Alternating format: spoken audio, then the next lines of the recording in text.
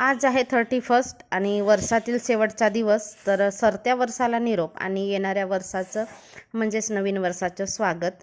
काल होते रुद्रांच्या शाळेमध्ये गेम, तर गेम खेळून तो पण थकला आणि माझे पण सगळे पाय वगैरे दुखत आहेत. इतकं दुखणं भरला की तुम्हाला काय सांगू. सकाळच्या नाश्त्यामध्ये रुद्रांसला आज बनवून दिला होता अंड्याचा ऑमलेट. रुद्रांस रेडी झाला, नंतर शाळेतसुद्धा गेला. शाळेत गेल्यानंतर माझी घरातली जे काही कामं होती ती केली. त्यानंतर मी लावलेले लसणाचे वाफे आहेत त्यांना पाणी दिलं आणि संध्याकाळच्या वेळेस रोजच्याप्रमाणे थोडंसं फिरायला. जाणाऱ्या वर्षाला धन्यवाद म्हणायचं, कारण जाणारा वर्ष जाता जाता बरंच काही आपल्याला देऊन जातो. काहींना आनंद देतो, काहींना सुख देतो, तर काहींना दुःखामध्ये लढण्याची ताकद देतो.